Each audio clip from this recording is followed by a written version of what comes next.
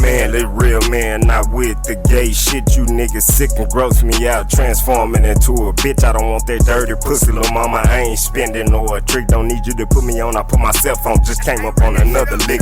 Bills paid, belly full, in lack for nothing. Nigga, do me, stay in my lane. Fuck tryna be another nigga with nothing.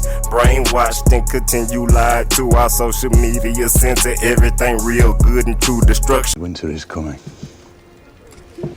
Winter is coming. As inflation continues to batter the economy, food banks across the nation will enter this holiday season with limited resources. According to Katie Fitzgerald, Chief Operating Officer at Feeding America, a nonprofit organization that manages a network of more than 200 food banks across the nation. Many food bank warehouses are less fully stocked than in previous years due to rising food prices and a decline in donations. Meanwhile, some food banks report they are busier than they were during the worst of the economic shutdown during the pandemic in 2020. Fitzgerald said, more than 150 of Feeding America's 200 food banks reported increased or stable demand for services earlier this year as a result of rising food prices. According to Eric Cooper, president of the San Antonio Food Bank, there is just a perfect storm for long lines at the bank, with the demand being so great, the supply being so short, and the inflation being so high. In this video, we will discuss why people will be furious when food prices double or triple in the coming dark winter days. But before that, please like, subscribe, and click the bell button for the latest economic updates. Now let's get started. Rising food prices are a concern, according to Fitzgerald, as food banks obtain their supplies in a variety of ways, including by purchasing them directly. One of the largest funders of food bank supplies, the U.S. Department of Agriculture, is finding it more difficult to buy food for charitable purposes as a result of market inflation. Demand at the West Seattle Food Bank is still as high as it was at the height of the pandemic, and to maintain social distance, food is still distributed in the organization's parking garage and via home delivery.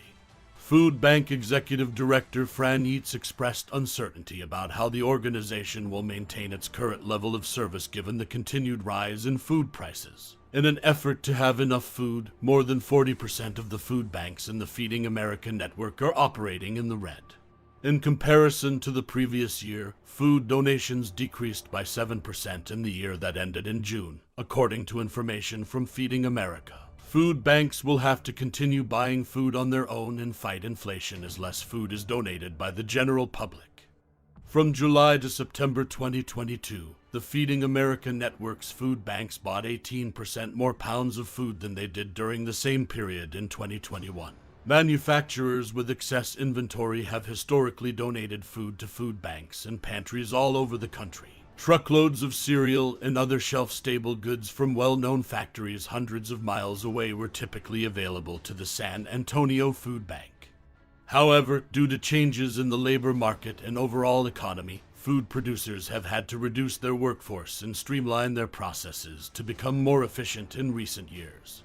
Despite a decline in the third quarter of 2022, food prices are predicted to stay high by historical standards. After reaching an all-time high in April, the World Bank's Food Price Index decreased by 12% in the third quarter of 2022. The index is still nearly 20% higher than it was 1 year ago. However, because of currency depreciations, food prices in local currency continue to be high. Food prices are expected to fall 5% in 2023 before stabilizing in 2024. A majority of food prices will continue to be high by historical standards, despite the anticipated declines. The forecasts are also vulnerable to a variety of dangers.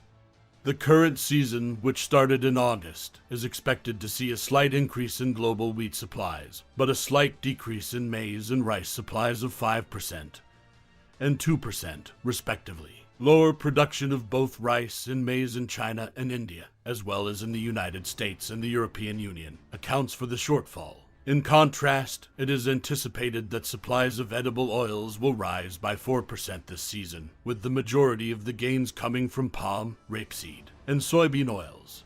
Inflation in domestic food prices still exists in many nations. Most nations have experienced an increase in domestic food price inflation as a result of supply disruptions, rising production costs, and the strengthening of during the first 3 quarters of 2022. South Asia experienced food price inflation on average of 20%, compared to 14% in most other. The East Asia and Pacific region was an exception, where food price inflation averaged just 6%, in part because rice prices, a crucial staple in the area, remained stable.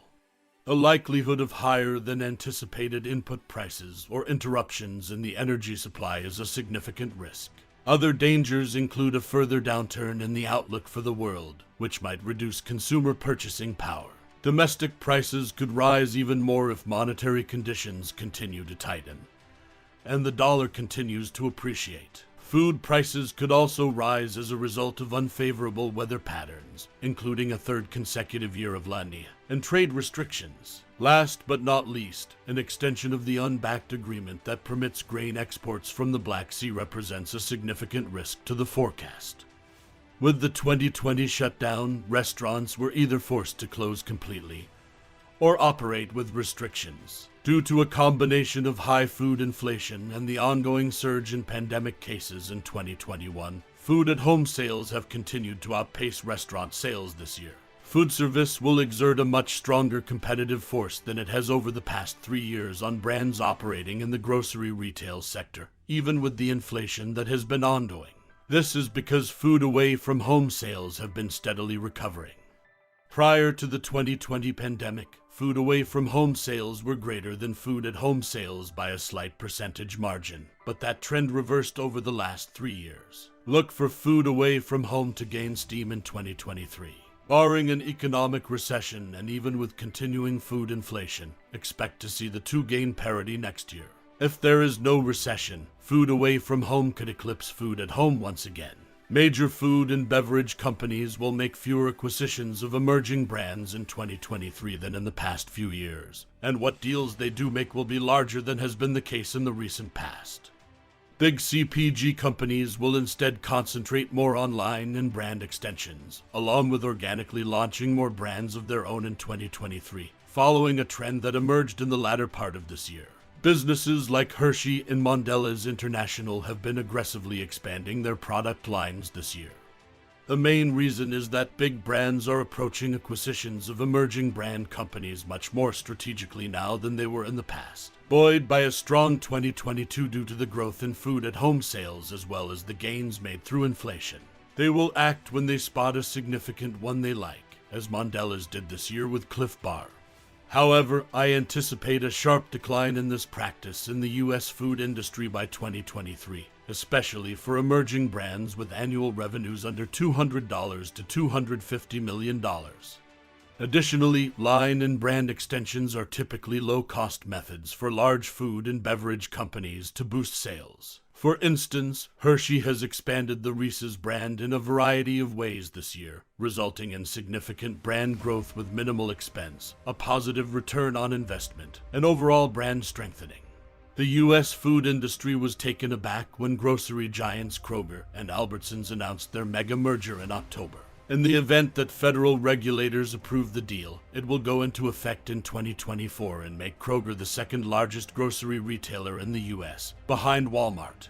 Since Kroger has stated it is willing to sell off up to 600 stores to allay regulators' concerns about anti-competitive behavior, the transaction is likely to be approved. In the wake of the Kroger-Albertsons merger, expect to hear talk of consolidation from other retailers, particularly regional chains. Retailers in some areas are already debating the necessity of increased scale in order to compete not only with a combined Kroger-Albertsons, but also with the growing influence of companies like Aldi, the U.S.'s fastest-growing grocery chain. Over 2,000 stores make up Aldi USA, which intends to double that number. So, what's your takeaway from this video? Let us know in the comments section below. If you found this video thrilling, make sure to hit the like button. Also, subscribe to the channel and press the bell icon to never miss an update from us. Thank you for watching. We'll see you at the next one. Until then.